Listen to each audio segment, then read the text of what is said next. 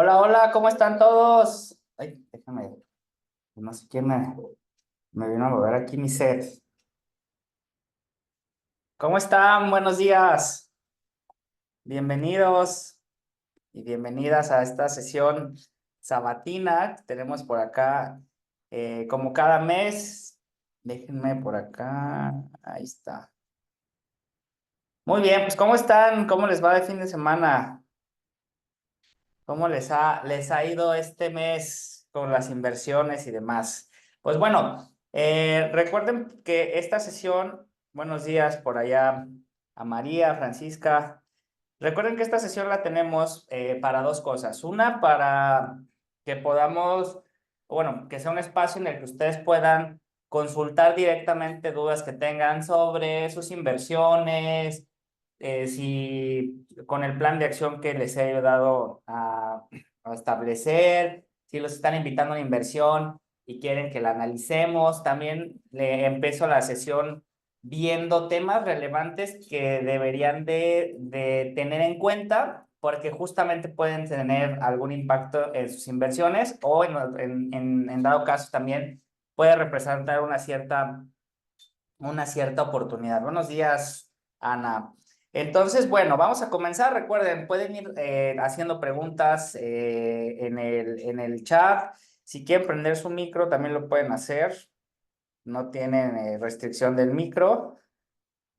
Entonces, pues bueno, vamos comenzando entonces con, digamos, los anuncios parroquiales o las noticias que son relevantes. Este mes estuvo bastante interesante, bastante movidón. Pasaron varias cosas que tienen relevancia con el mundo de las inversiones. De entrada, pues a inicios de este mes se dio el fin de que ya puede ser casi casi capítulo de estudio, la famosa guerra de las tasas de las OFIPOS. No sé quién de aquí aprovechó estas tasas que empezaron a ofrecer, pues prácticamente las mayores o las principales OFIPOS que tenemos en el país. Recuerden que las OFIPOS son sociedades financieras populares que tienen el objetivo de ofrecer productos y servicios financieros a sectores de la población con menos ingresos. Bueno, ese es el objetivo principal, aunque ciertamente en estos últimos años se han convertido en una opción de inversión para muchos inversionistas que incluso tienen pues ya inversiones más sofisticadas, las usan como pues una especie de cobertura o para tener ahí sus fondos de emergencia. Y la verdad es que se puso bueno porque estaban ofreciendo tasas del 15%. Recuerden que a nivel de riesgo, lo que tenemos con menos riesgo, que sería como el piso, que también se le conoce como tasa libre de riesgo, son los CETES. Entonces, los CETES estaban dando una tasa del 11%, cerquita al 12%, ahorita están en el rango del 11%, de 11 pasadito, a un año, y luego llegan las UFIPOS y pues te empiezan a ofrecer el 15%. Entonces sí generó cierta disrupción en el mercado porque mucha gente se empezó a ir a las OFIPOS. La verdad es que estaba bastante bien. Incluso había OFIPOS que te daban el 15%, sí dejabas tu dinero un año, pero los intereses te los podían dar de manera mensual. Entonces, pues ahí estaba recibiendo ese dinero como ingreso pasivo. Y bueno, pues obviamente tu dinero al final del año solo te iban a regresar tu capital, pero pues estaba padre porque además si invertías por debajo del incentivo fiscal, pues ibas a tener cero pago de impuestos, que por cierto, ahorita que ya estamos en el mes de la declaración, pues todos esos ingresos no entran, de hecho, dentro de la declaración. Entonces se puso interesante, pero no era algo que obviamente fuera a durar mucho tiempo. Por ahí estaba la duda de qué tanto lo iban a dejar. Algunos desde el principio dijeron que a mediados de este mes, o sea, a mediados de abril, iban a dejar de dar la tasa. Otros la han estado manteniendo bajo ciertas circunstancias. O sea, dependiendo obviamente del monto de inversión, te pueden seguir dejando la tasa, pero realmente esta euforia ya empezó a bajar un poco. Entonces, pues justamente eso fue algo interesante que pasó este mes.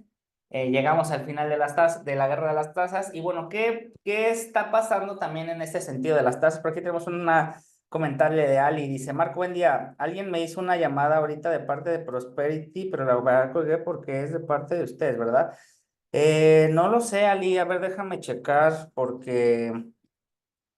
Pero, o sea, te dijeron que... ¿Quién te habló, Ali? Porque Lupita no creo que haya sido. A ver, déjame le pregunto a Carla, que son las únicas que les hablan a ustedes.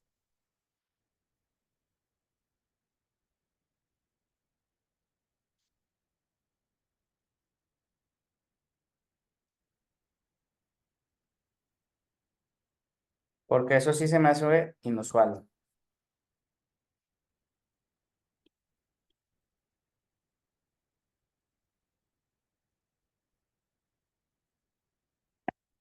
O sea, ¿te dijeron tal cual que hablaban de nuestra parte?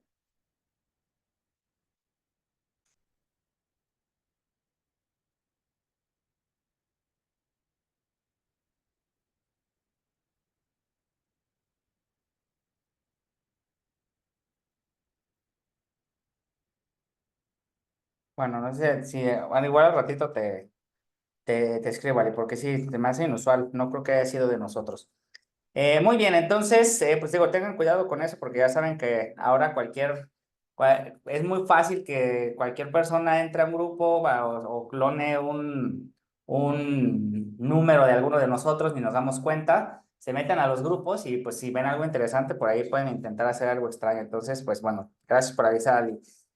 Muy bien, entonces vamos a continuar. Como les venía diciendo, el tema ahorita relevante para ustedes, bueno, que puede tener cierta relevancia, es el tema de las tasas. Sé que varios de ustedes, pues, utilizan los CETES o utilizan las OFIPOS para diversificar su capital y pues tener esa parte en renta fija, además de todas las inversiones que están haciendo. Entonces, ¿qué podemos esperar? La expectativa de este año es que las tasas sí empezaran a bajar un poco porque se esperaba que la inflación también empezara a ceder este año porque, bueno, ya llevan prácticamente, pues, pasado el año y medio con esta política restrictiva, o sea, con esta subida de tasas fuertes que se dio después del periodo pospandemia para justamente tratar de desacelerar o desincentivar el crédito y el consumo y que esto ayudara a mitigar la inflación. Pero la realidad de las cosas es que la inflación no está cediendo, sí están dando varios temas interesantes y que hay que tomar cierta atención, no alarma, sino atención, en el sentido de que, bueno, este año es un año importante bueno, que tiene eventos muy importantes para los eventos económicos. Por supuesto que estoy hablando del tema electoral, tanto aquí en México como en Estados Unidos, ya lo habíamos comentado en la sesión anterior, pero ahorita que ya estamos acercándonos a este primer punto importante, que son las elecciones presidenciales aquí en México, que ya están muy cerquita, y bueno, pues como les había dicho, lo esperado, digamos, o yo no esperaría muchas sorpresas en que vuelva a quedar el partido que está ahorita en el poder. Eso puede tener cierto movimiento, sobre todo en los tipos de cambio. Entonces, por ahí hemos visto incluso al peso que mantiene, no solo mantiene el nivel en el que está, sino que sigue bajando o sigue rompiendo resistencias a la baja. Entonces, bueno, sigue bajando. Eso es algo que sí debemos de poner atención y sobre todo también debería ser un factor para que tomemos decisiones sobre inversiones. ¿En qué sentido? Por ejemplo, los que tienen inversiones con capital financiera pues la mayoría renovó a un año, entonces, pues así habrá que seguir qué tanto evoluciona el tipo de cambio, porque los que he podido analizar en mentoría, pues con el tipo de cambio ahorita tienen saldo en contra, o bueno, más bien tienen minusvalía, pero por el tipo de cambio, o sea, realmente el capital sí está creciendo porque pues la inversión les está pagando, pero ya ahora a la hora de sacarlo a pesos, pues ahí es donde no conviene. Entonces, por un lado, eso puede ser importante que le demos ese seguimiento. ¿Qué tanto puede quedarse esta situación? Va a depender mucho aquí sí de la elección de Estados Unidos, que la elección de Estados Unidos es mucho más incierta o al menos no tiene un resultado tan esperado como el que tenemos aquí en México.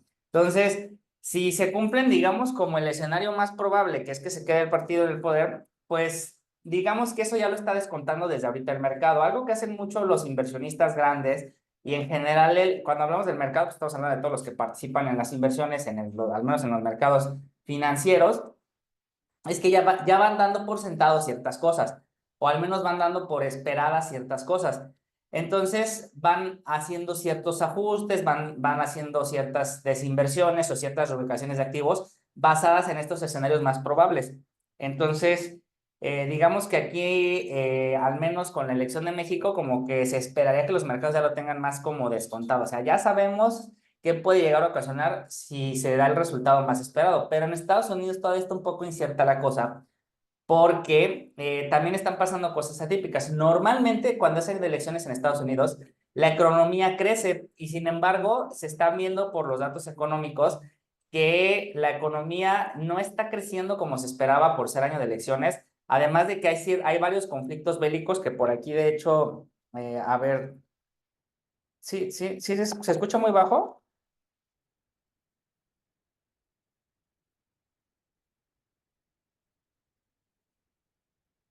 ¿Sí me escuchan bien? No, ¿no se escucha bien o sí se escucha bien? Ah, perfecto. Por aquí tenemos también me llamó en WhatsApp y tiene la imagen de Prosperity y se presentan como si trabajaran ahí, pero se me hizo extraño y tiene acento como sudamericano.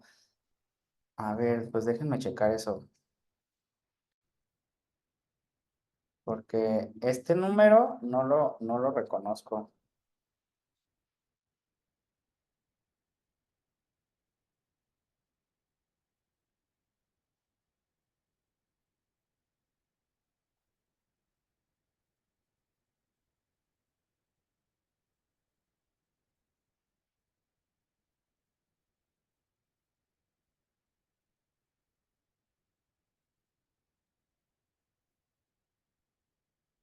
Bueno, checamos eso. Ok, perfecto.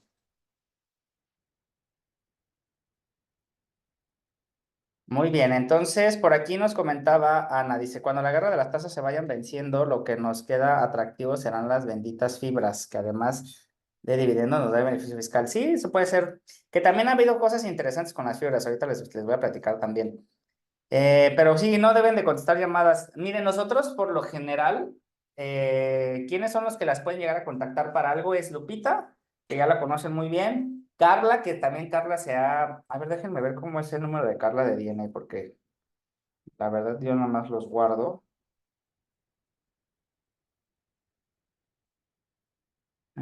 Está el número...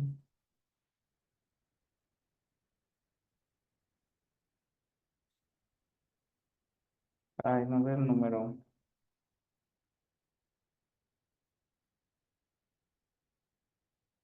No, miren, el de Carla empieza con 33 y este que me pasa a sacar, la neta no.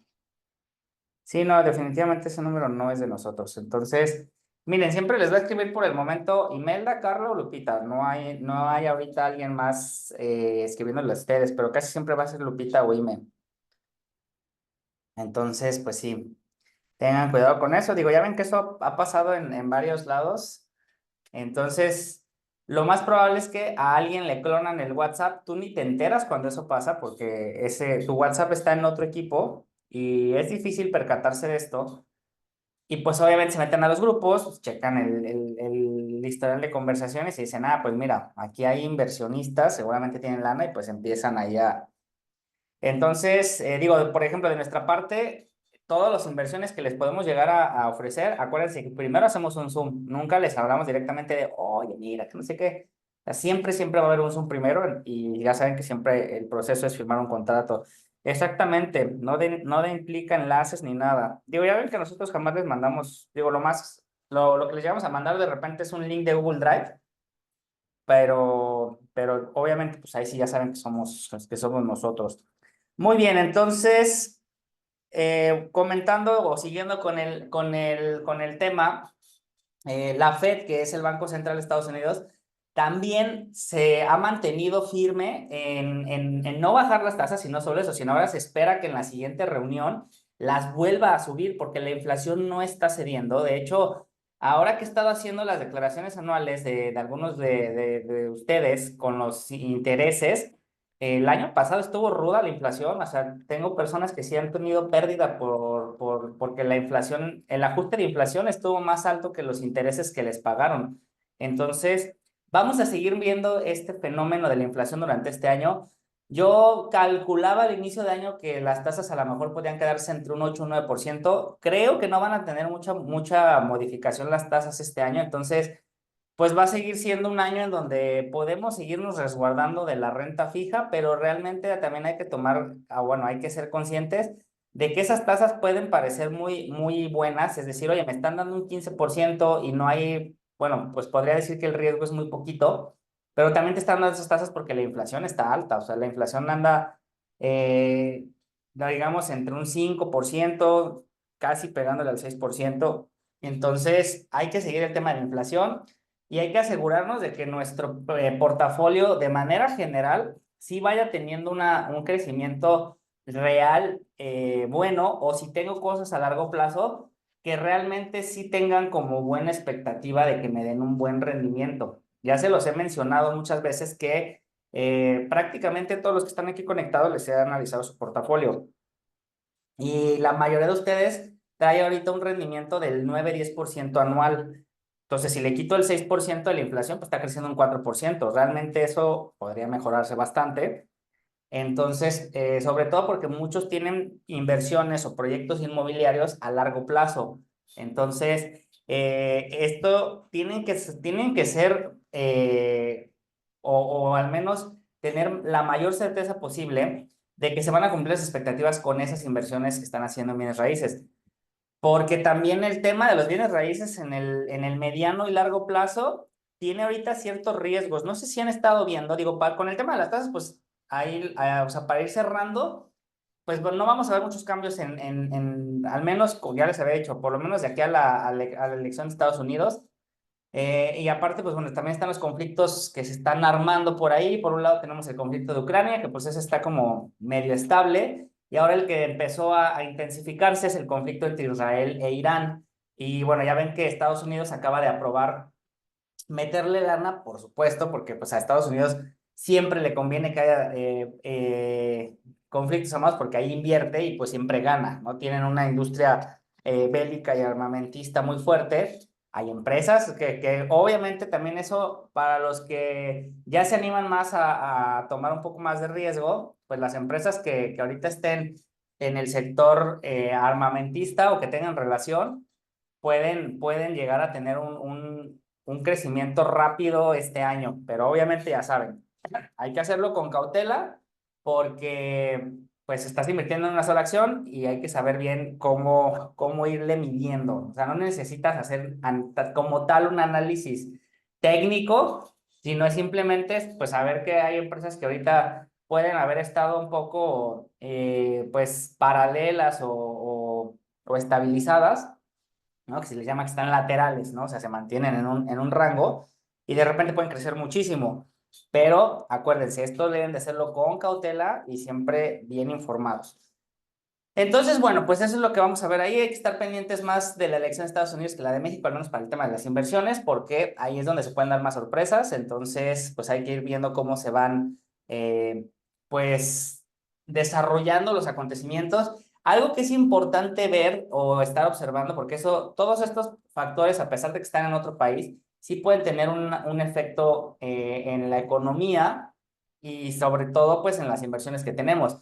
Por ahí también están duras las tensiones entre los estados del sur con los estados del norte. Por ahí ya se habla de una posible segunda guerra civil en Estados Unidos, que bueno, creo que es, o sea, sí es algo que está latente, pero también creo que como para que se escale un movimiento armado civil ya de gran escala, pues bueno, creo que sí es un poco más complicado, pero bueno, va a depender mucho también de cómo lo maneje el gobierno y sobre todo si el presidente se queda o no se queda, porque eso también es otra cosa que se está manejando. Si, por ejemplo, perdiera Biden y ganara Trump, sería la primera vez, me parece que sería la primera vez en la historia, por ahí estaba leyendo, en que el presidente, o sea, sería la primera vez en la historia que dos presidentes continuos no se reeligen.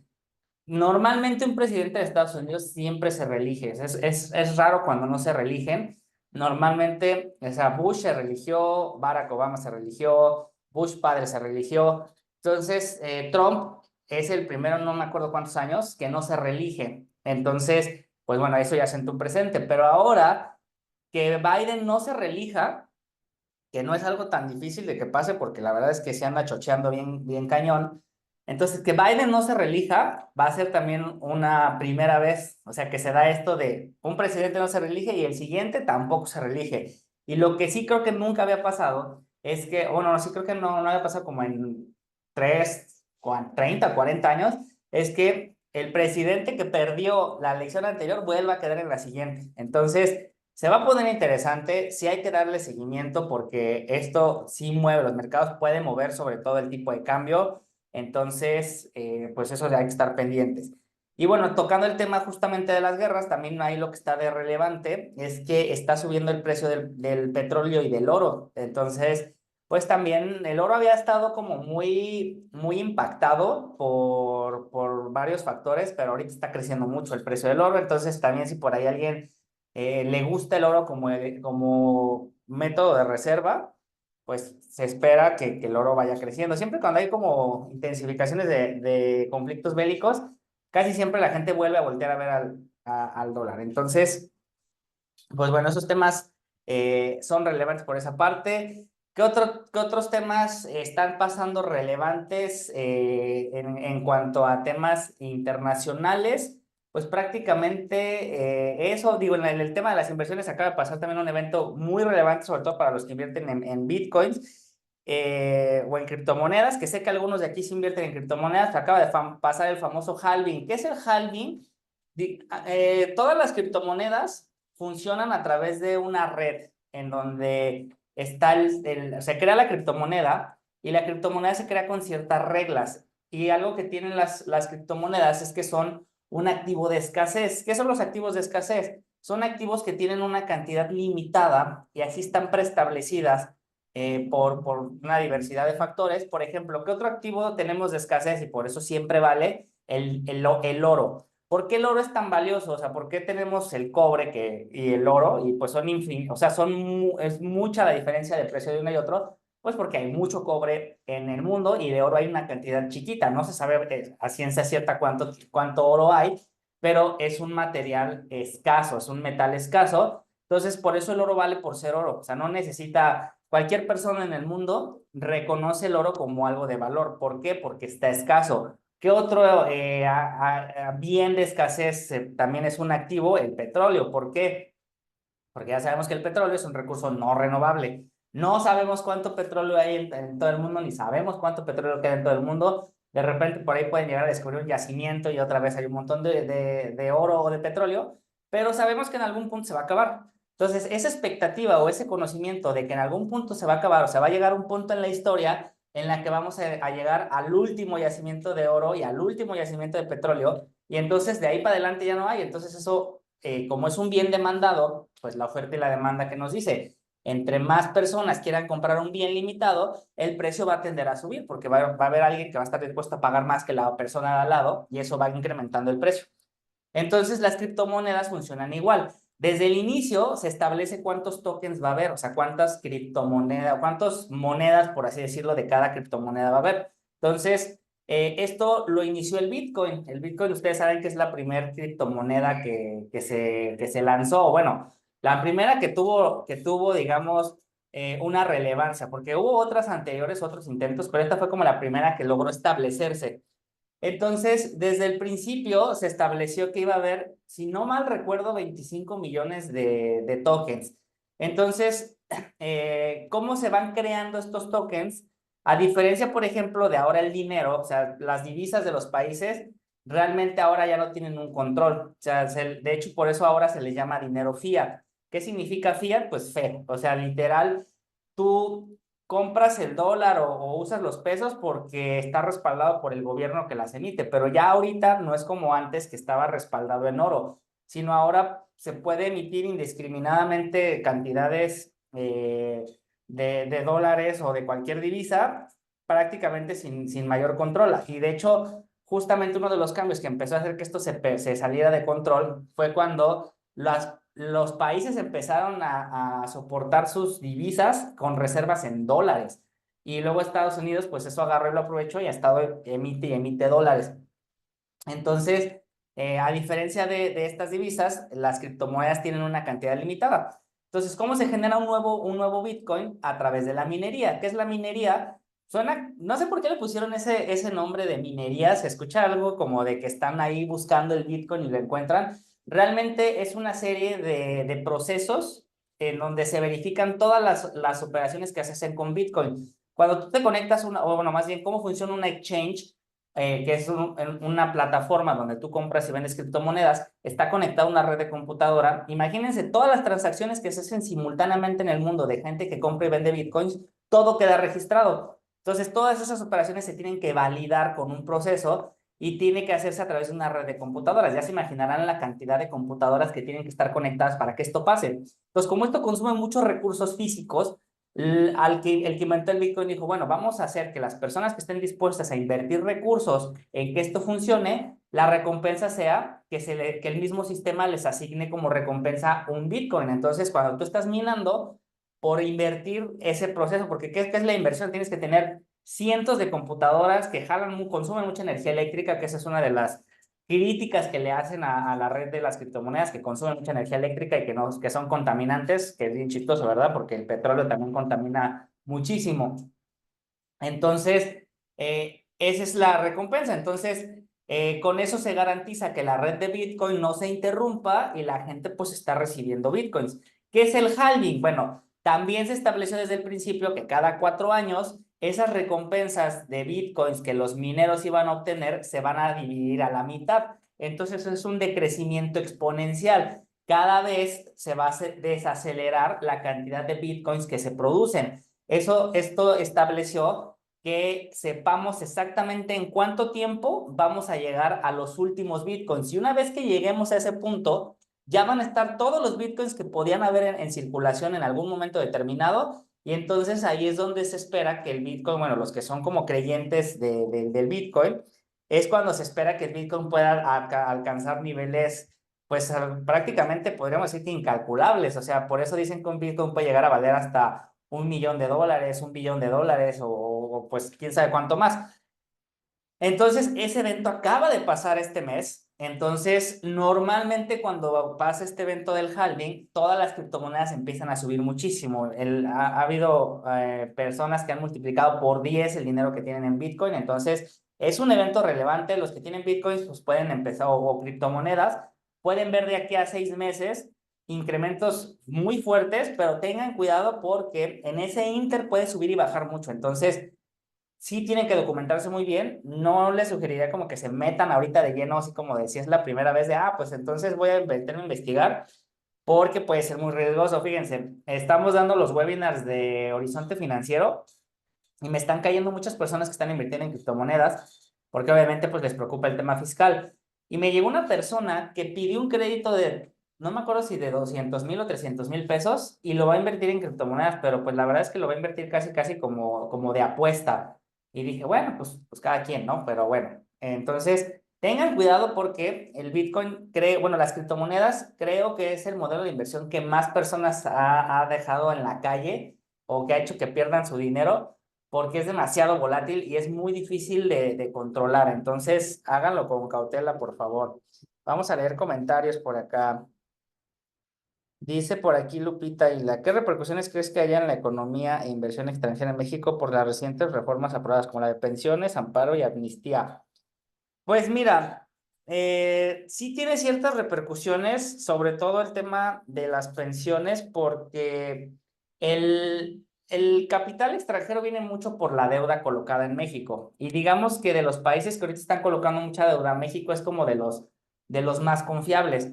Pero si de repente se empieza a percibir que no hay mucha certeza jurídica, sí puede llegar a espantar capitales. Digo, esto ha pasado mucho, pero más bien las repercusiones creo que son más internas. Digo, este tema de lo que hicieron con las Afores, sí es algo que puede llegar a impactar la confianza en el sistema financiero.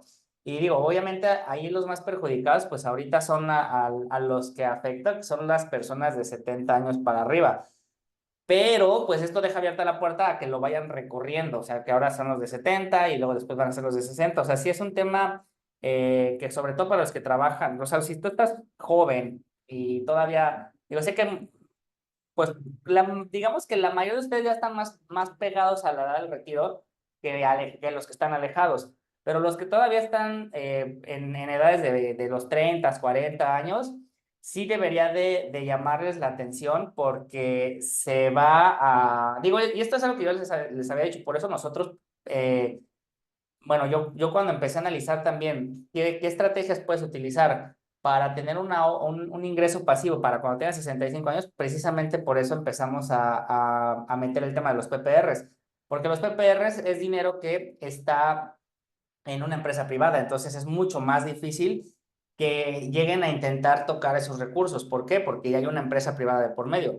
Pero en la Afore tú no tienes opción, o sea, la Afore te lo quitan automáticamente de tus ingresos y va a parar a las Afores. Entonces, pues bueno, ya de entrada se sabía que el tema de las Afores no iba a ser un tema muy viable a largo plazo. De hecho, este esquema se lo trajeron de Chile y en Chile pues ya no se implementa porque ya no funcionó. Entonces, de por sí nunca hubo muchas buenas expectativas con las Afores. Sí tenía que haber una reforma, pero no de la manera en la que se hizo, en mi opinión. Justo eso, nos quitan nuestro dinero y se empiezan a ir los capitales por falta de certeza. Sí se van, Lupita, pero también regresan, ¿eh? O sea, la verdad es que así como que digas que va a haber una estampida de capitales extranjeros, la verdad es que se van también porque hay oportunidades, o sea, mejores oportunidades. Se van porque también es como ustedes, o sea, si ahorita ustedes se invirtieron en alguna empresa y la empresa de repente ya no da tan buenos resultados o se empieza a atrasar en los pagos o ves que ya tuvieron varios proyectos que no funcionaron, pero sigue, o sea, tú dices tú, bueno, es que, o sea, estos dos productos que tienen no me latieron tanto, pero este sí está funcionando. ¿Qué es lo que haces? No te vas al 100% porque al final de cuentas sí te está funcionando. Lo que haces es reducir tu exposición a esa empresa. Solamente que de plano veas que de plano sí va para tronar, pues sí sacas todo tu dinero. Pero normalmente ya un inversionista, o sea, institucional o los grandes capitales, lo que hacen es evaluar y decir, bueno, esta ya no está tan chida para meterle tanta lana, vamos a bajar la posición, o sea, vamos a disminuir la exposición que tenemos en esa inversión, pero sí dejamos un poco porque sigue siendo rentable o sigue siendo buena inversión.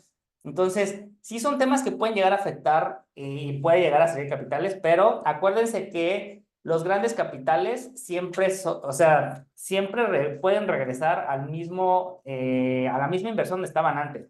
Esto pasa mucho, o sea, se salen del mercado de valores, se van al oro, se van al petróleo y luego el petróleo empieza a bajar y el oro empieza a bajar y se regresan al mercado de valores. O sea, este es un ciclo que se está haciendo constantemente. Entonces, pues en esa parte no le vería por el momento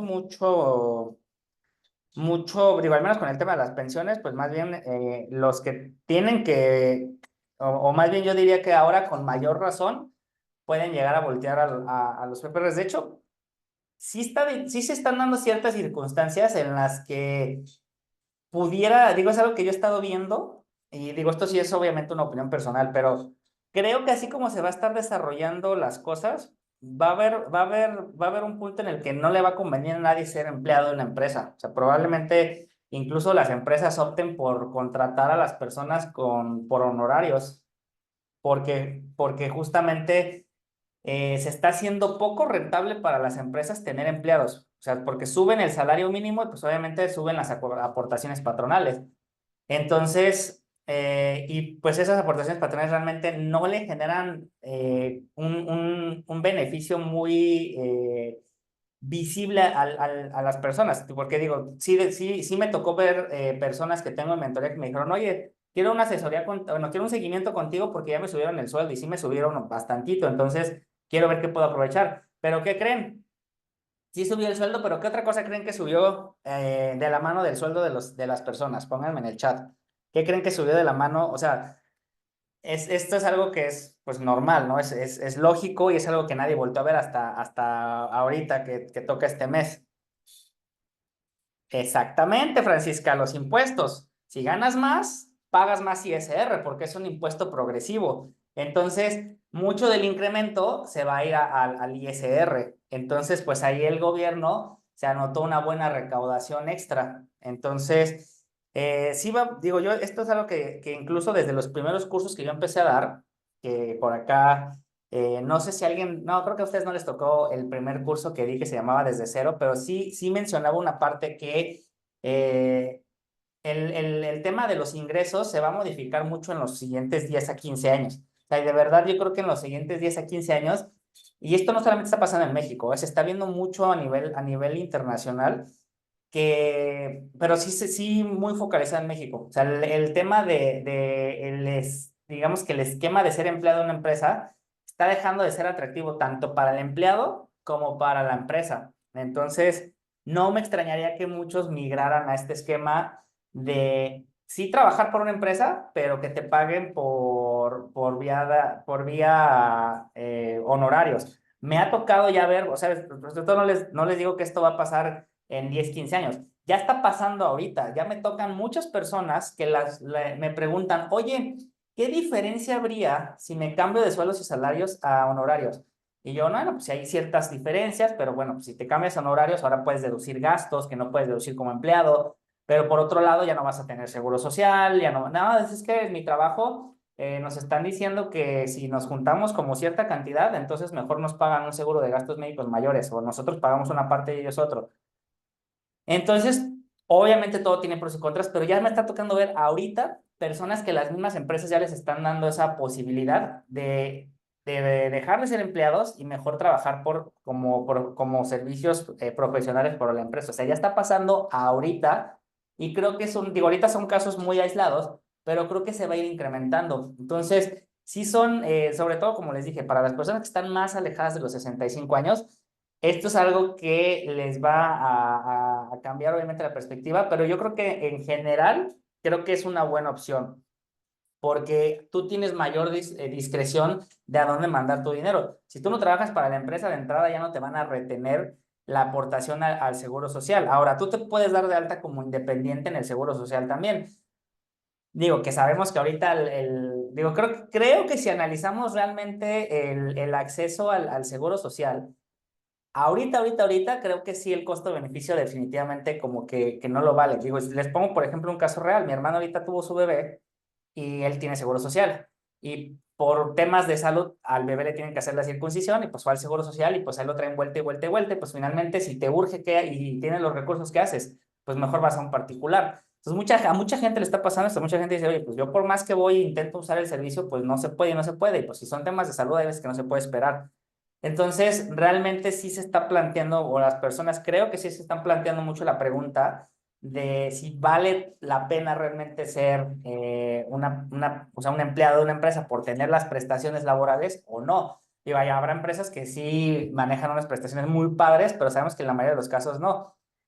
Entonces, pues bueno, sí son temas que nos interesan, sobre todo porque el tema de cómo generamos nuestros ingresos, acuérdense, en el planificador es importante porque eso tiene un impacto directo en el flujo de efectivo. Y lo que siempre debemos de buscar es tener un flujo efectivo lo más grande posible para que lo pueda estar desviando a las inversiones. Digo, muchos de ustedes han construido ya portafolios bastante interesantes y lo han hecho a base del puro ahorro que hacen de sus ingresos. Entonces, no sé si de repente han volteado a ver, algunos ya tienen 3 años invirtiendo, otros 2 años, pero dense cuenta lo que han logrado en 3 años con las inversiones.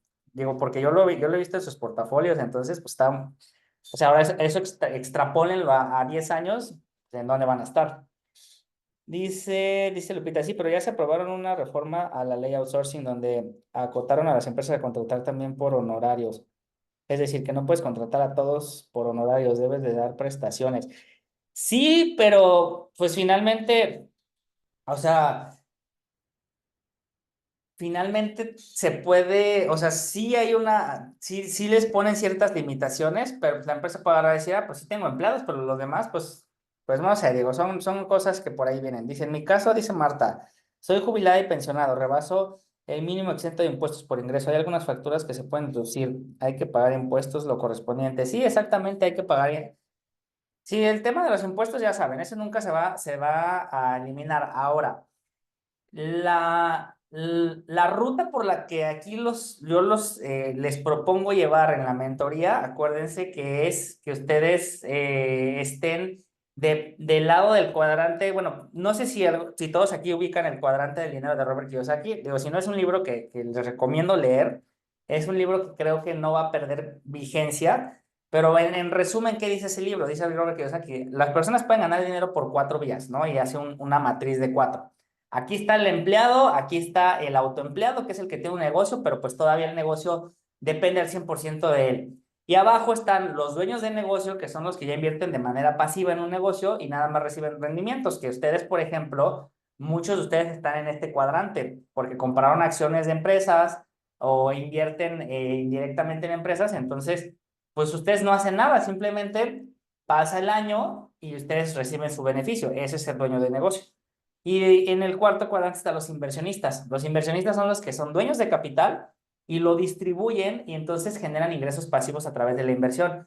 Fiscalmente hablando, el que más conveniente es el último cuadrante porque es el que menos tiene gravamen. O sea, si hablamos de impuestos, nunca vamos a dejar de pagar impuestos. Eso es algo que sí debemos de tener en cuenta. Pero de los cuatro, ¿cuál es el que paga menos impuestos? Digo, para que se den una idea.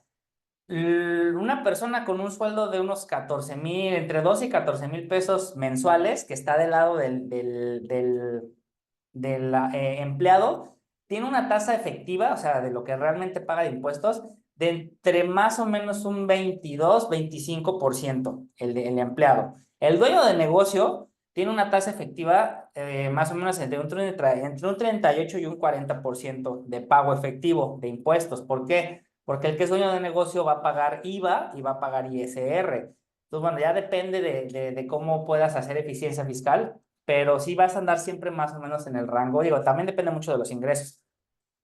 El empleado no paga IVA. Luego está el dueño del negocio. El dueño del negocio, si paga, bueno, si recibes por dividendos, que digo, los dividendos en sí, sí son un esquema muy castigado fiscalmente hablando. Si tomamos en cuenta de los 1,000 pesos que puede llegar a ganar la empresa, para cuando ya te llega a ti como dividendo, ya pagó un 46% de impuestos. Pero a ti como persona física, pues realmente te toca pagar el 10%. Entonces, pues ese no es como tan gravoso. Y luego está el inversionista, y aquí depende cómo diversifiques tu dinero, pero aquí tienes las cargas fiscales más pequeñas. Si inviertes en la bolsa y tienes ganancia por enajenación de acciones, es el 10%. Pues entonces, de entrada, pues eso es de los más pequeños que existen. Digo, sin contar reciclo, obviamente. Después tenemos los dividendos, pues ya quedamos, es otro 10%. La ganancia por interés, pues ahorita está en el 0,5%. O sea, si se dan cuenta como si ustedes vivieran al 100% de las inversiones, que esa es la idea de que ustedes estén tomando esta mentoría y de que ustedes estén aprendiendo a invertir, el día que ustedes puedan vivir al 100% de las inversiones, pues van a pagar realmente poquito impuesto en comparación con los dos esquemas de arriba. Entonces, ¿qué es lo que ustedes tienen que hacer? Aprovechar o eficientar al máximo lo que están ganando para que estén el menor tiempo posible en los cuadrantes de arriba, que es donde más impuestos van a pagar, pero los usan como un trampolín. Entonces están aquí invirtiendo, acumulando y gradualmente se van pasando a los cuadrantes de abajo y cuando ya estén más inclinados al cuadro de inversionistas, pues es donde menos impuestos van a pagar. Ok, dice aquí Gaby, dice, ahora marca una pregunta, si tienes criptomonedas, no necesariamente Bitcoin, y se multiplicaron y quieres trasladarlas a pesos en la cuenta bancaria, ¿cómo lo detecta el banco? Lo hago a través de Bitso, por ejemplo, si son monedas descentralizadas, al pasar al sistema bancario se deben pagar impuestos, ¿cómo se declaran? Sí, Gaby, haz de cuenta, eh, lo que les he estado explicando a las personas, que porque les digo, en estos webinars que estamos dando, me están saliendo muchas personas de criptomonedas. Entonces, vean, o sea, mientras tú no pases ningún token o ninguna criptomoneda a dinero fiat, no se va a generar la obligación de pagar impuestos. ¿Por qué razón? Porque la misma autoridad fiscal no considera, al menos aquí en México, no considera los bitcoins como un activo, o sea, como un aumento a tu patrimonio, porque no lo considera como tal un activo de valor. De hecho, lo tiene catalogado como método de pago. Entonces, a mí lo que más se me ha acercado como a una comparación es como si en tu tarjeta de crédito, de repente el banco te depositara de más y entonces en tu tarjeta de crédito tuvieras 50,000 pesos o 100,000 pesos de saldo a favor. O sea, imagínate, por alguna razón sacan una promoción extraña y te dicen, pues participa y te depositamos 100,000 pesos a tu tarjeta, entonces tienes 100,000 pesos de saldo a favor. Esos 100,000 pesos que tú tuvieras de saldo a favor en tu tarjeta de crédito, ¿qué crees? De acuerdo al artículo 90 de la Ley del Impuesto sobre la Renta, no se consideran ingresos acumulables. Los créditos no se consideran ingresos. O sea, por ejemplo, si tú pides un crédito hipotecario y te depositan, digo, perdón, si tú pides un crédito hipotecario de liquidez, es decir, tú hipotecas tu casa y la hipotecas en 1,000,000 de pesos, y ese millón de pesos te lo deposita el banco y tú ya lo usas para poner un negocio o para lo que tú quieras, porque realmente si tú hipotecas tu casa, pues el dinero realmente ya lo usas para lo que tú quieras. Ese millón de pesos, Hacienda no te lo puede tomar como un ingreso, o sea, ese millón de pesos no paga impuestos y si con ese millón de pesos tú generas 600,000 pesos y luego después pagas ese millón de pesos al banco, nada más vas a pagar impuestos sobre los 600,000 pesos. Entonces, ya generaste 600,000 pesos sin pagar impuestos sobre el capital principal.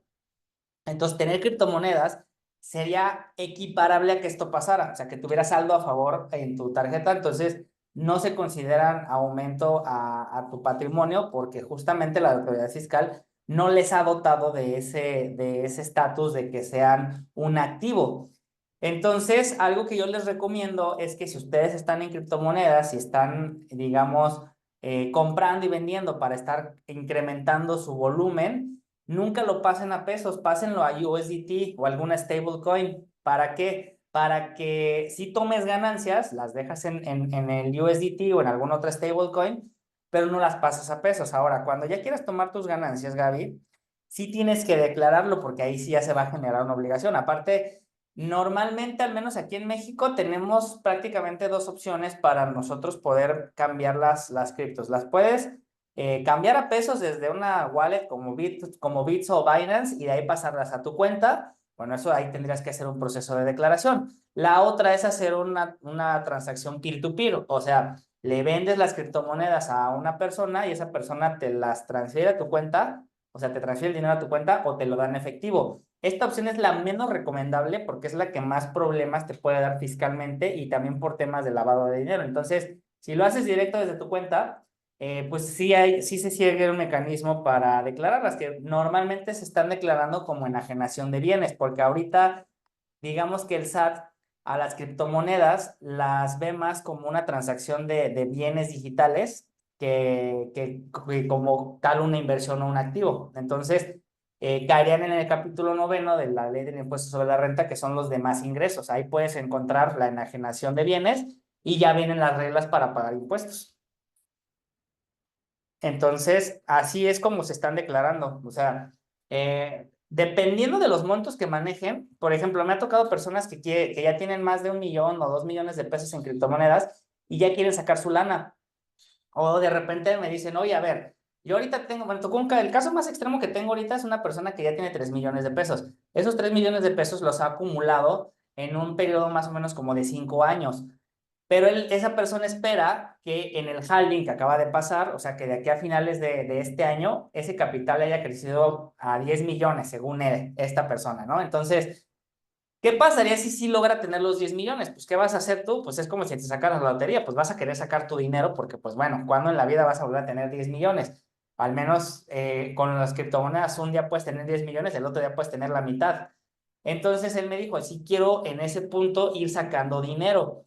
Entonces, ¿qué pasa cuando ya son cantidades tan grandes? Sí hay que tener cuidado con el tema de la declaración, pero tal cual, por una parte es recomendable cuidar el cumplimiento del lavado de dinero, evitar malas prácticas o prácticas que las puedan exponer, como justamente el peer-to-peer. Esto es algo que se hace de manera muy inocente. O sea, si ustedes están en cripto y están en alguna comunidad de cripto, es muy común de, pues mira, tú deposítame y yo te compro, y o sea, tú deposítame el dinero y yo te las mando a tu wallet.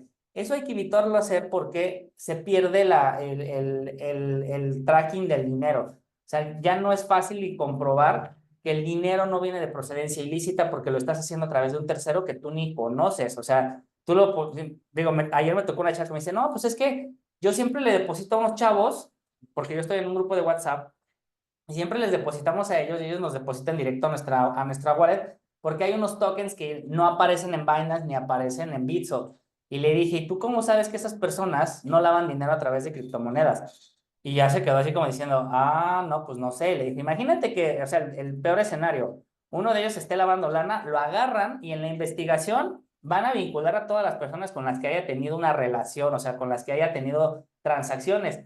Y pues en lo que son precios o manzanas te va a llegar el susto porque no te van a llegar hacia tu carro, o sea, te van a llegar literal con la policía.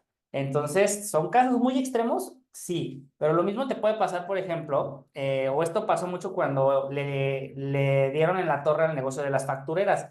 Antes las factureras, ¿qué eran? Eran empresas que sí tenían una operación real, pero tenían, hagan de cuenta, no sé, un 20-30% de operaciones reales y un 70% de operaciones simuladas. O sea, facturaban que vendían cosas o que prestaban servicios que no eran reales y esa factura te la vendían a ti, tú la metías para deducir gastos. Entonces, lo que hizo la autoridad para frenar este tipo de estrategias fiscales, que sí son estrategias que no están correctas de hacer, fue empezar a vincular a todos. Es decir, tú podrías tener, imagínate que tienes, no sé, una ferretería y un proveedor de tornillos, pues te da buen precio y tú dices, oye, pues este proveedor está bien y le empiezas a comprar periódicamente y pues él te factura. Y tú eres de las personas que sí estaban parte de su 30% de operaciones reales, pero de repente le cae el SAT y entonces lo detecta que es una empresa que simula operaciones, entonces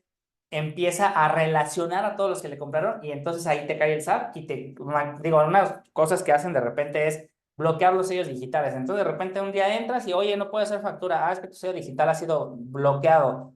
Y ya vas al SAT y no, pues es que usted tiene relación con esta empresa. Bueno, pues de aquí a que son peras o son manzanas, ya te metieron en ese tema. Entonces, si hay que tener buenas prácticas con las criptomonedas, lo que yo recomiendo es hacer todo por transferencias, identificar bien los depósitos, o sea, cuando tú hagas el SPAY a Bitso, ponle compra criptomonedas o depósito Bitso, y así puedes tú dar certeza de que todo el dinero que tú le mandaste a las exchange viene de tu cuenta, y cuando regrese, tiene que tener la misma rastreabilidad. Porque, por ejemplo, en una posible auditoría, tú vas a decir, bueno, yo en este periodo de 3 años mandé 100,000 pesos a las criptomonedas y compré estas criptomonedas y este es el historial de cómo fueron fluctuando. Entonces, cuando yo vendí, tuve una ganancia o tuve una pérdida. Pero, ¿qué pasa si el volumen de criptomonedas que tú tienes, considerando la ganancia que tú tuviste, no coincide con el que tú mandaste? Ahí tienes una discrepancia. Entonces, te van a decir, a ver, si tú esos 100,000 pesos eran tantos tokens, vamos a suponer, no sé, es 0,5 de Bitcoin y tú tienes 0,10 de Bitcoin, ¿de dónde salió lo demás? Si aquí está tu historial de transacciones y no cuadra. Entonces, ese tipo de cosas son las que debemos de evitar. Y digo, no es que esto sea ya como una actividad de alto riesgo, o sea, normalmente no pasa nada de esto, pero si llega a pasar, pues es mejor tener todo preparado.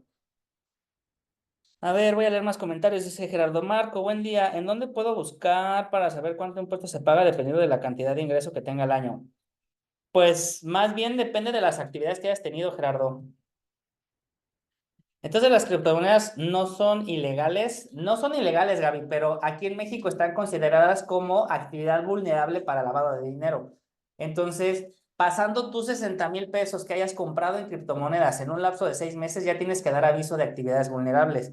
Entonces, no es muy improbable. O sea, esto, como les dije, no es para que ahorita entonces agarren y digan, híjole, ya me metí en problemas, ya me hice de delito. No, pero dependiendo de los montos, puede ser que sí les pueda llegar a generar algún tipo de auditoría, sobre todo ya cuando estamos hablando de montos grandes. Dice por acá, dice, creo que no, Gaby, como ha comentado Marco, es como si hicieras una inversión en alguna empresa que no está regulada. Pues no, no son ilegales, o sea, más bien son actividades vulnerables y nada más debemos de seguir las reglas. O sea, ¿qué es lo que te pide el SAT? Que te des de alta. Ahora, este proceso de darse de alta es mensual. Mientras tú estés haciendo operaciones con criptomonedas, debes de estar presentando tu aviso de manera mensual. Y yo recomiendo también dar aviso al banco. ¿Para qué? Para que de repente el banco no te vaya a hacer un bloqueo interno. Porque los bancos, por ejemplo, para no meterse en problemas por compliance de lavado de dinero, si detectan una actividad rara, antes de que la autoridad les indique algo, hay veces que por protección te bloquean la cuenta, entonces ya no puedes sacar dinero, no puedes hacer transferencias. Y si eso les pasa, pues van a andar corriendo como gallinas sin cabeza. Entonces, es mejor que se preparen para eso. Y vuelvo a insistir, esto es para las personas que ya manejan cantidades ya, no sé, arriba de los 100, 200,000 pesos. Si tienes 800 pesos o tienes 2,000 pesos en Bitcoin, la verdad es que ahí sí no tienes nada de qué preocuparte, para que tampoco me vayan a entrar en pánico. Lo que sabes es que hay productos que se pueden comprar con criptomonedas, bienes raíces, carros, también tendrías que pagar impuestos. Ah, qué buen comentario haces, Lourdes. Fíjense, eso está bien padre. ¿Qué pasa si tú usas las criptomonedas para comprar bienes? como coches y demás, ¿genera impuestos o no genera impuestos? Bueno, ahí te va. Si tú compras una propiedad, sí te va a generar impuestos. ¿Qué impuestos te va a generar? Te va a generar el impuesto sobre adjudicación de inmuebles. Ese es un impuesto estatal y pues no te lo puedes sortear. Pero en sí no tienes ningún problema de comprar bienes o coches. ¿Por qué? Porque es como, vuelvo a repetir, es como si lo compraras con saldo a favor en tu tarjeta de crédito. Entonces, no hay un problema, pero ojo, ¿qué pasa si, por ejemplo, una persona que se ganó 10 millones en el halving se pone a comprar propiedades y terrenos con Bitcoin? Entonces, o sea, eso sí va a llamar la atención de la autoridad fiscal, porque acuérdense que cuando nosotros escrituramos una propiedad a nuestro nombre, por eso se llaman escrituras públicas porque están abiertas al público. O sea, cuando tú compras una propiedad, esa escritura se asienta en el registro público de la propiedad. Por eso se llama registro público de la propiedad. Oye, Marco, entonces cualquier persona que vaya a consultar el registro público de la propiedad, ¿puedo saber cuántas casas tengo a mi nombre? Sí. Ya ven que ahora a los políticos en pleno debate le sacan acá la boleta de, mira, si tienes esta propiedad. Y se quedan así como de, entonces, ¿de dónde sacan esa información? Pues es pública, por eso es registro público de la propiedad. Entonces, si tú empiezas a acumular propiedades de manera, o sea, insospechada, o sea, de que de repente una persona que es sueldos y salarios, de la noche a la mañana ahora tiene 10 propiedades, eso sí va a brincar, porque es inusual. Entonces, ahí puede incluso dar pie a que la autoridad piense que está habiendo un enriquecimiento ilícito. Entonces, pues te vas a ganar una auditoría de gratis y nada más lo haces así, porque sí he conocido personas que tal cual llegan y, yo compro una casa en Bitcoin o yo lo cambié el dinero en efectivo y con eso compré un terreno. Entonces, no hay que hacernos gratis o de la nada de delitos. Esto se resuelve bien fácil simplemente siguiendo las normas, siguiendo los montos límite cuando aplique. O sea, por ejemplo, para comprar propiedades, pues lo máximo que puedes pagar en efectivo, me parece que ahorita ya son como 800 casi 900,000 pesos. Para comprar coches creo que son 600,000 pesos. Entonces hay que procurar estar informados de hasta dónde lo puedo hacer para no meternos en problemas. Y además porque son cosas que se pueden preparar y solucionar fáciles para que ustedes puedan invertir con toda tranquilidad. Pero sí, puedes comprar productos y servicios y no hay problema, porque justamente el SAT lo tiene, bueno, más bien aquí no es el SAT, sino es la ley para regular las instituciones de tecnología financiera, o sea, la ley FinTech. En la ley FinTech a las criptomonedas se les considera como un método de pago. Dice por acá Lupita Ávila, aún me queda la duda de lo que los contratos de mutuo préstamo con empresas no reguladas que nos comentaste hace tiempo que están catalogadas como actividades vulnerables. Es correcto. Y que si inviertes más de 60,000 pesos, te pueden llegar a auditar. ¿Cuál es el fundamento del gobierno para catalogarlo como una actividad vulnerable? Bueno, Lupita, ahí te va. Esto es igual, es el mismo monto y el mismo límite. Tú, habiendo invertido más de 60,000 pesos en contratos de mutuo en un periodo de 6 meses, tienes que dar aviso. ¿Por qué lo considero una actividad vulnerable? Porque estás haciendo una operación de crédito entre particulares que no tiene ninguna supervisión por parte de los órganos de supervisión, es decir, o sea, básicamente por la Comisión Nacional Bancaria de Valores. Entonces, ¿por qué es muy fácil? O sea, imagínense que yo quisiera lavar 100 millones de pesos. Entonces, yo agarro y junto 100 personas y obviamente siempre usan a personas de escasos recursos porque no saben muchas cosas. Entonces, imagínense que ustedes, o sea, ustedes son inversionistas de verdad, pero yo podría agarrar y decir, a ver, tengo 70 millones que saqué vendiendo droga. ¿Cómo los puedo lavar? Pues agarro, voy a un rancho, voy a una comunidad rural y les digo que voy a hacer una especie como de esquema y no sé qué, o sea, me los mareo y les digo que les voy a dar, no sé, 2,000 o 3,000 pesos que me firmen el contrato. Y yo les doy el dinero y ellos me lo depositan a mi cuenta, o sea, que lo metan a su cuenta y de ahí me lo depositan a la mía. Y con eso yo les doy 3,000 pesos. O sea, hay personas que dicen, pues, o sea, pero ¿y cómo? O sea, nada más por eso me vas a dar 3,000 pesos. Sí, nada más eso. Pues es que mira, es para el tema de la evasión fiscal o para pagar menos impuestos, así, ¿no? Entonces ya saben, como son personas que no tienen mucho conocimiento, pues no le van a haber mucho problema. Pues yo firmo un contrato, lo deposito a mi cuenta y de ahí te lo deposito a la tuya y listo.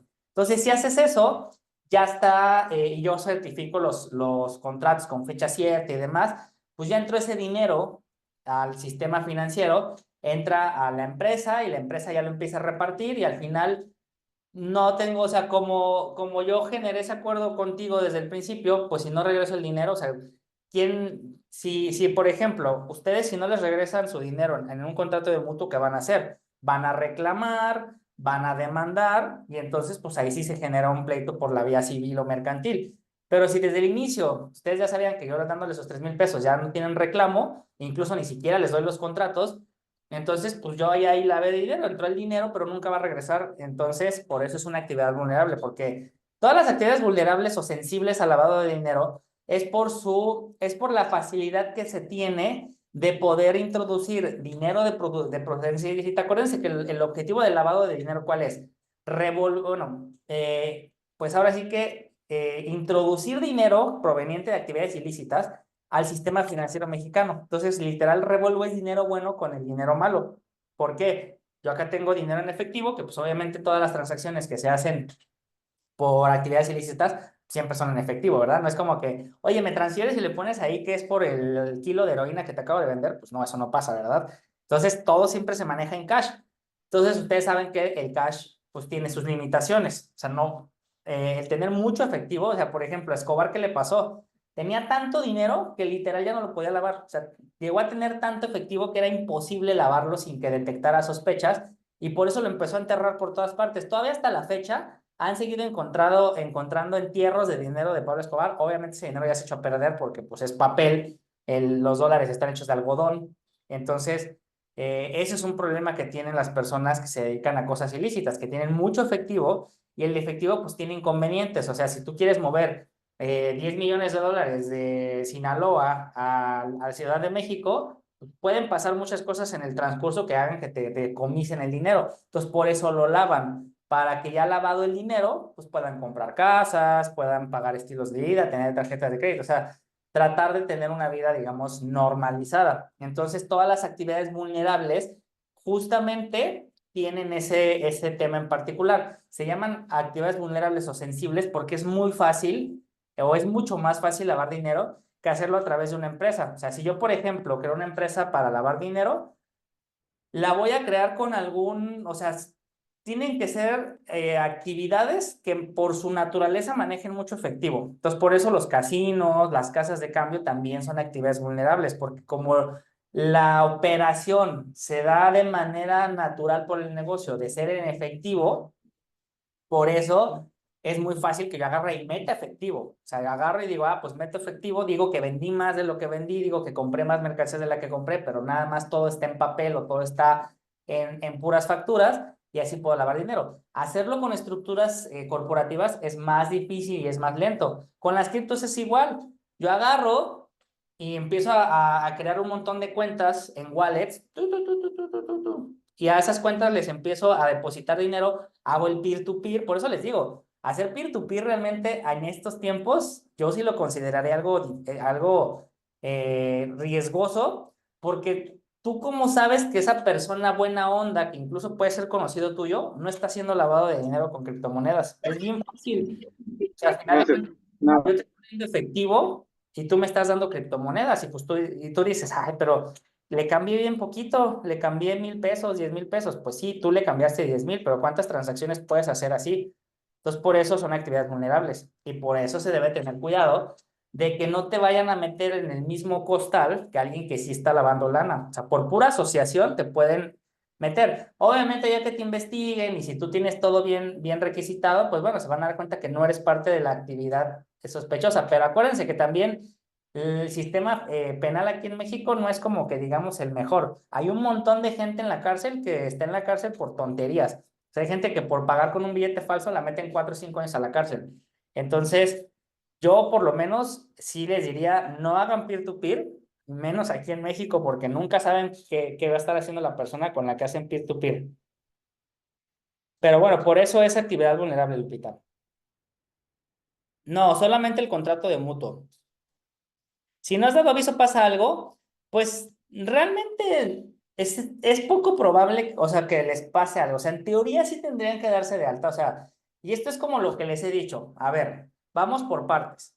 ¿Qué dice la ley del impuesto sobre la renta? Cualquier aumento al capital o al patrimonio de una persona se considera un ingreso acumulable.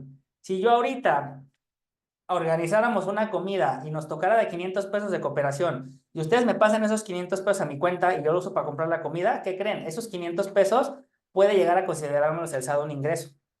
¿Por qué? Porque así lo marca la ley. Entonces, realmente, si quisiéramos seguir la ley al pie de la letra, no deberíamos de permitir que nos depositaran ni siquiera un peso así de, oye, no, dámelo en efectivo. Oye, te deposito, no, dámelo en efectivo. Porque cualquier depósito a tu cuenta puede llegar a ser considerado un ingreso. Y si tú no demuestras que no fue un ingreso, el SAT te lo va a acumular y te va a hacer pagar impuestos sobre esos depósitos. Oye, y Marco, ¿y el SAT se puede dar cuenta de estos depósitos ahorita? Sí, el SAT sabe todos tus movimientos. Fíjense, todavía mucha gente piensa que si tú no te depositan más de 15,000 pesos no pasa nada. Ya cambiaron esos parámetros. Ahora todos estos parámetros ya los hizo acumulativos el SAT. Ya no es que pasen de 15,000. Si en un mes acumulas más de 15,000 pesos de depósitos, ya se generó el reporte. Y antes los bancos podían mandar ese reporte de manera anual, ahora es a fuerzas que lo manden de manera mensual. Tienen hasta el 17 de cada mes para reportarlo del mes anterior. Entonces, si en un mes tú acumulaste más de 15,000 pesos en efectivo, aunque no te hayan depositado menos de los 15 en un solo movimiento, ya se fue ese reporte. Entonces, el SAT está sabiendo que te está depositando. Y lo más probable o lo más seguro es que vayan haciendo cada vez más restrictivo o más fiscalizable el uso de efectivo. Por ahí hay una reforma que no creo que pase ahorita por el tema electoral, pero no creo que la vayan a soltar. Seguramente la vamos a ver en el siguiente sexenio, de que ahora cuando tú vayas a hacer retiros en efectivo de tu cuenta, o sea, retiros en ventanilla o depósitos en ventanilla, ya te pidan tu INE. Entonces, todos esos movimientos ya van a quedar registrados en tu RFC y seguramente van a sacar un criterio similar. Ah, si en un mes tú acumulas más de ciertos retiros o depósitos en efectivo en ventanilla, ya vas a estar en ese reporte y entonces ahora sí va a llegar a revisar y va a decir, a ver, vamos a ver estas personas que están en este reporte. Ah, mira, esta tiene 4 banderitas amarillas. Órale, ya nos conviene ir a hacerle una auditoría fiscal. Entonces, van a tratar de desincentivar o de limitar ya el uso del efectivo. Esa es una tendencia global, entonces es algo de lo que no nos vamos a poder escapar. Dice por acá Tere, dice, la constancia de retención de los intereses que me han dado, dicen retención provisional de ISR para registrar este ingreso en mi declaración, ¿en qué parte se debe colocar? Eso se declara, Tere, en el apartado de intereses. Te van a aparecer primero en el inciso A los intereses del sistema financiero. Ahí te van a aparecer todas las empresas del sistema financiero que te pagaron intereses. Ahí prácticamente no hay que hacer nada, solamente hay que validar la información. Sí te recomiendo que tengas tus constancias de retención para que las contrastes, pero eso por lo general no hay que hacerle nada. Después, en el inciso B, te pregunta si tuviste intereses no provenientes del sistema financiero mexicano. Le picas que sí y ya te da un botón que dice agregar. En tu constancia de retención viene el RFC del retenedor. Hay que dar de alta el RFC del retenedor, hay que poner los intereses nominales que vienen en la constancia de retención. Y bueno, lo que casi no he visto que hagan prácticamente nadie de los constancias de retención que vienen de empresas que no están en el sistema financiero mexicano, no te calculan los intereses reales. Este es un dato que sí lo tienes que poner sí o sí. Si no lo sabes calcular, pues hay que poner los intereses nominales, pero ahí no vas a poder compensar el ajuste inflacionario. ¿Y por qué sí es importante que puedas colocar el ajuste inflacionario? Porque la misma ley, esto viene reflejado en el artículo, si no me equivoco, en el 144, no me acuerdo si era el 134, 144, ya ven la dislexia. Pero bueno, la ley que dice, vas a acumular a tus ingresos los intereses reales. O sea que si tú no sabes calcular o no te pusieron los intereses reales, no vas a poder utilizar un beneficio que es descontar la inflación. Y sí es importante porque en algunas declaraciones que he hecho, en algunos meses sí tuvieron pérdidas. Entonces eso hace que tu base gravable se disminuya. Porque, ¿qué crees? Si te pagaron 20,000 pesos de intereses, esos 20,000 pesos te los van a sumar a tus ingresos principales y les van a descontar la retención que te hizo la empresa del 20%. Pero si tú no metes los intereses reales, no puedes descontar la inflación. O sea, por ejemplo, para que se den una idea, si los intereses nominales fueron 10,000, al yo aplicar o hacer el cálculo de los intereses reales y descontar la actualización de inflación, los intereses reales a veces quedan en 7,000, en 6,000. Entonces, esa diferencia de 4,000 se va a restar de tu base gravable y sí tiene un impacto en los impuestos. Entonces, sí es importante que puedan ustedes tener los intereses reales. Dice, pero entonces tu contrato y las retenciones no son tu soporte, entonces, ¿qué debemos hacer ante el SAT? ¿Se debe hacer un escrito? Bueno, en teoría, en la pura constancia de retención debería ser suficiente, Gaby, pero fíjate que el SAT ha estado como desconociendo mucho las constancias de retención, sobre todo en este año. Entonces, si eso te pasa, te va a marcar en el rechazo de tu declaración que el retenedor no manifiesta no tener relación contigo. O sea que no es cierto que sí te pagó esos intereses y hay que mandarlo manual y si es un proceso un poquito tediosón. Marco, yo hice el semestre pasado 2 mutuos y se pasaron de 60,000.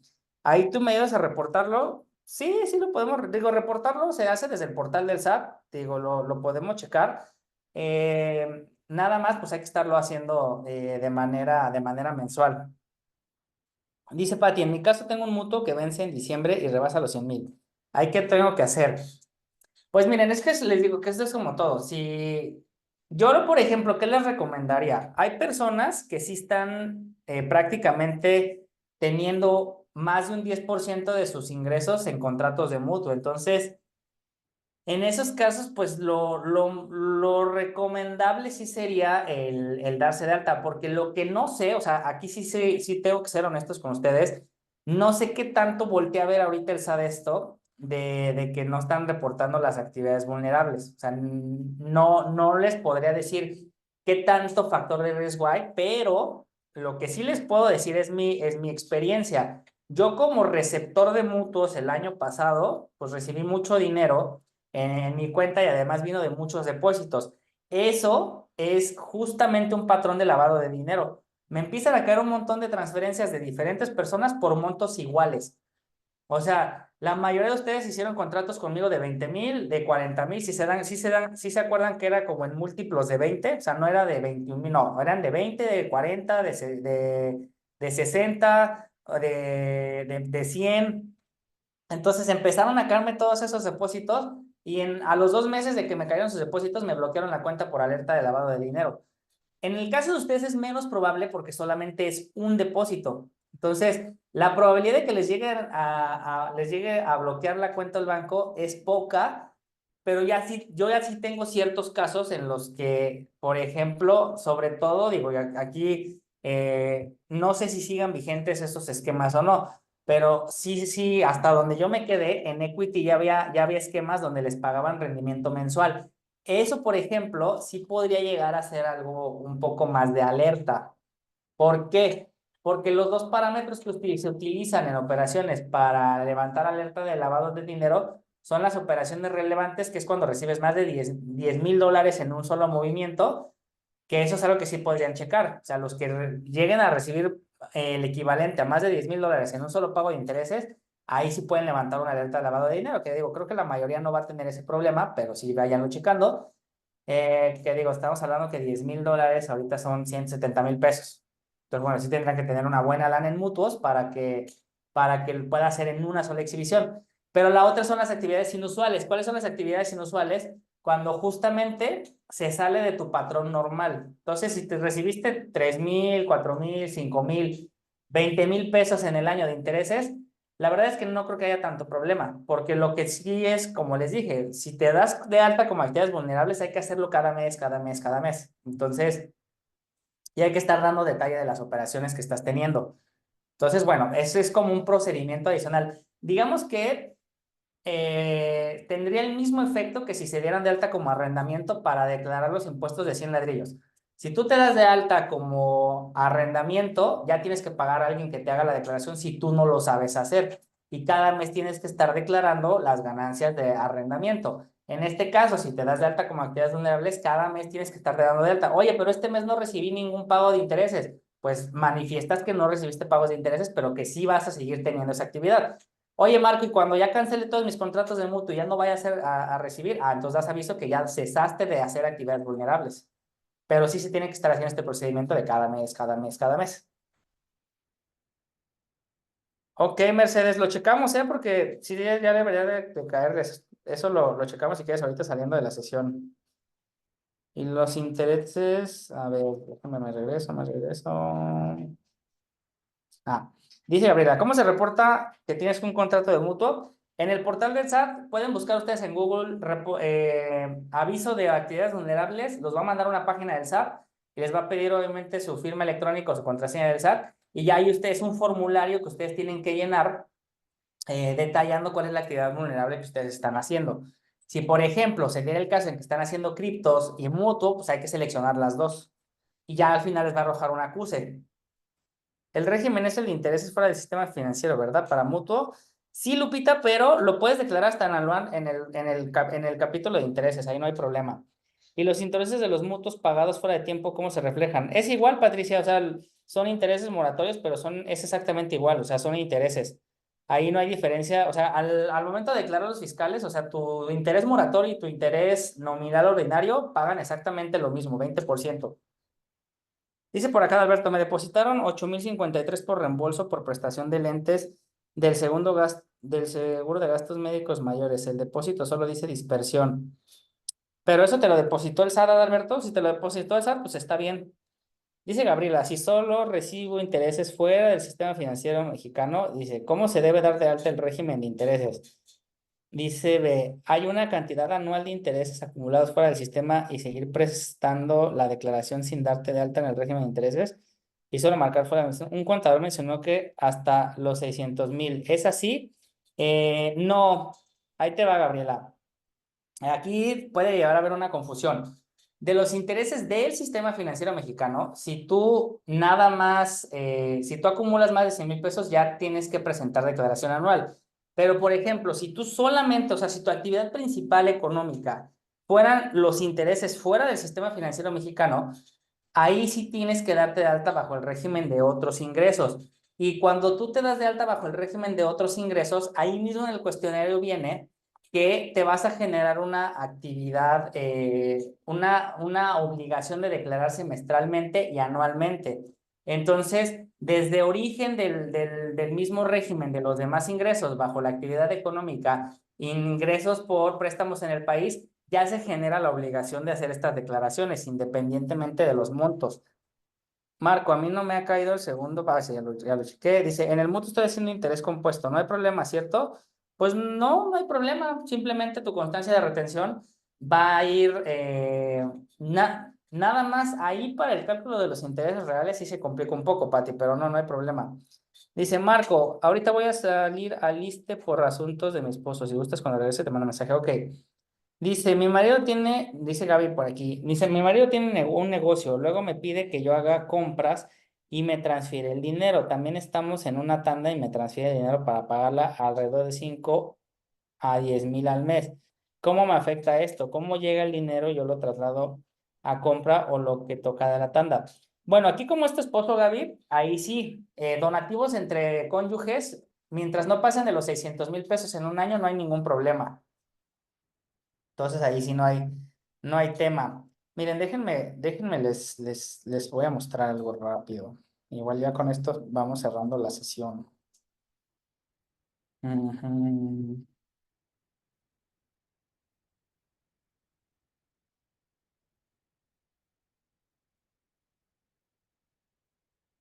Miren, en el SAT ustedes tienen un simulador de actualización de obligaciones fiscales, que es algo que les recomiendo mucho usar. Miren, aquí está. Así lo pueden buscar en Google, simulación de cuestionario de actividades económicas. Entonces, bueno, ya le dan a ejecutar en línea y es igualito al que ustedes van a contestar. Bueno, aquí le ponen que son persona física, Z855P.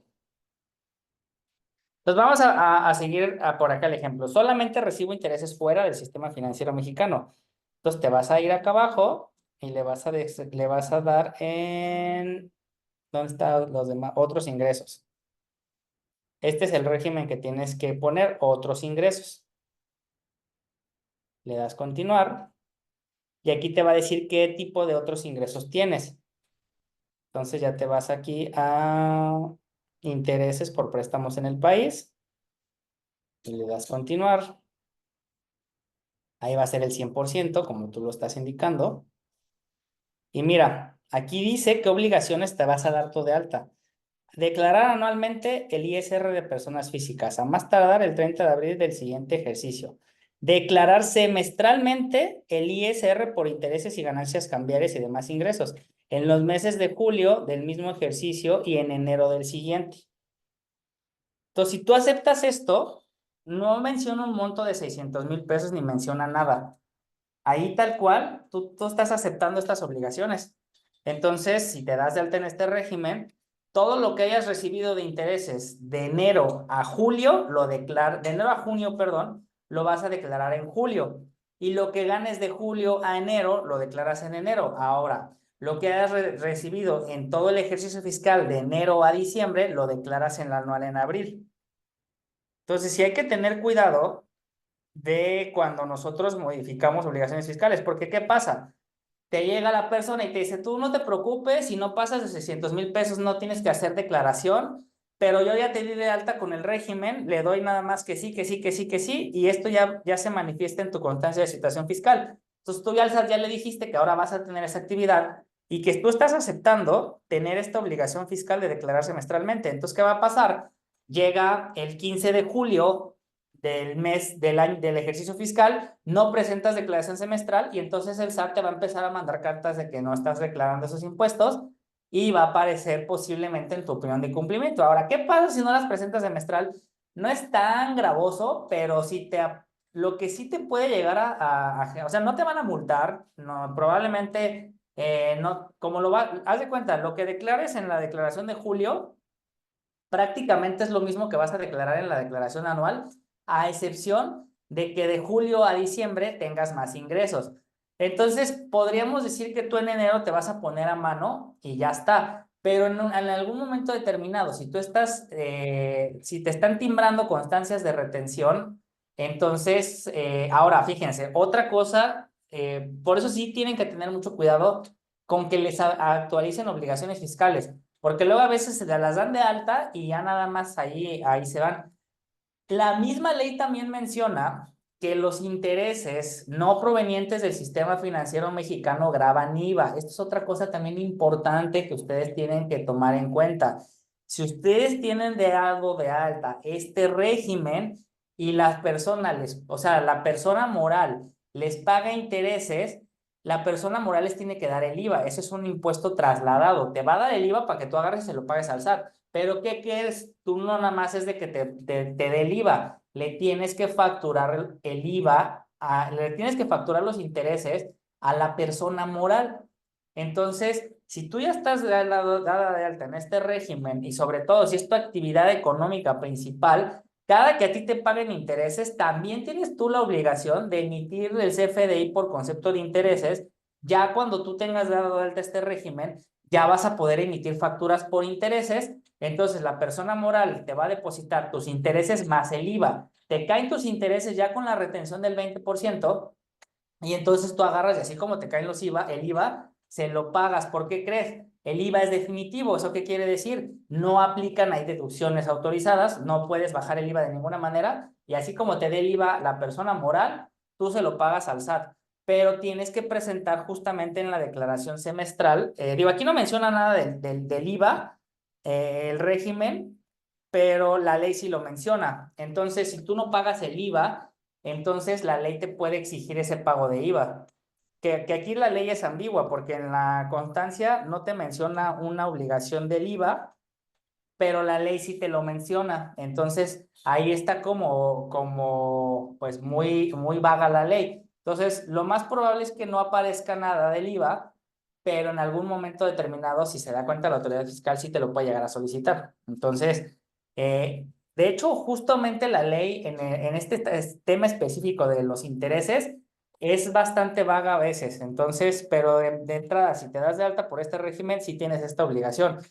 ¿Qué pasaría o cuál sería la repercusión más evidente que podrías llegar a tener?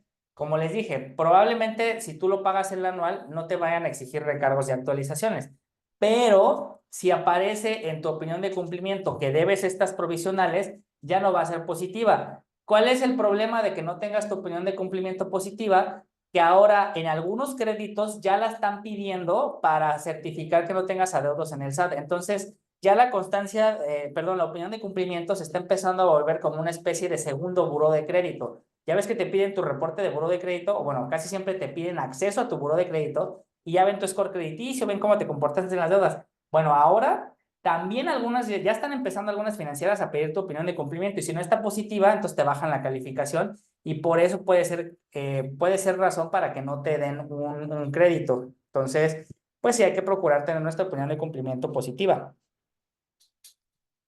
Marco, a mí, bueno, sí, lo vi, que se me regresaron. Estoy en sueldos y salarios y además recibo intereses, pero solo de los contratos de mutuo. ¿Debo dar de alta ese régimen? No. Es que aquí es porque acá me preguntaban que era el único ingreso que tenían.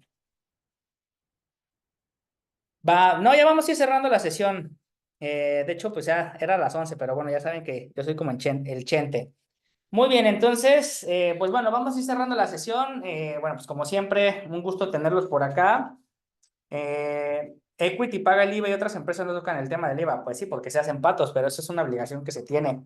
En el mismo artículo lo menciona. Ese sí es el 134.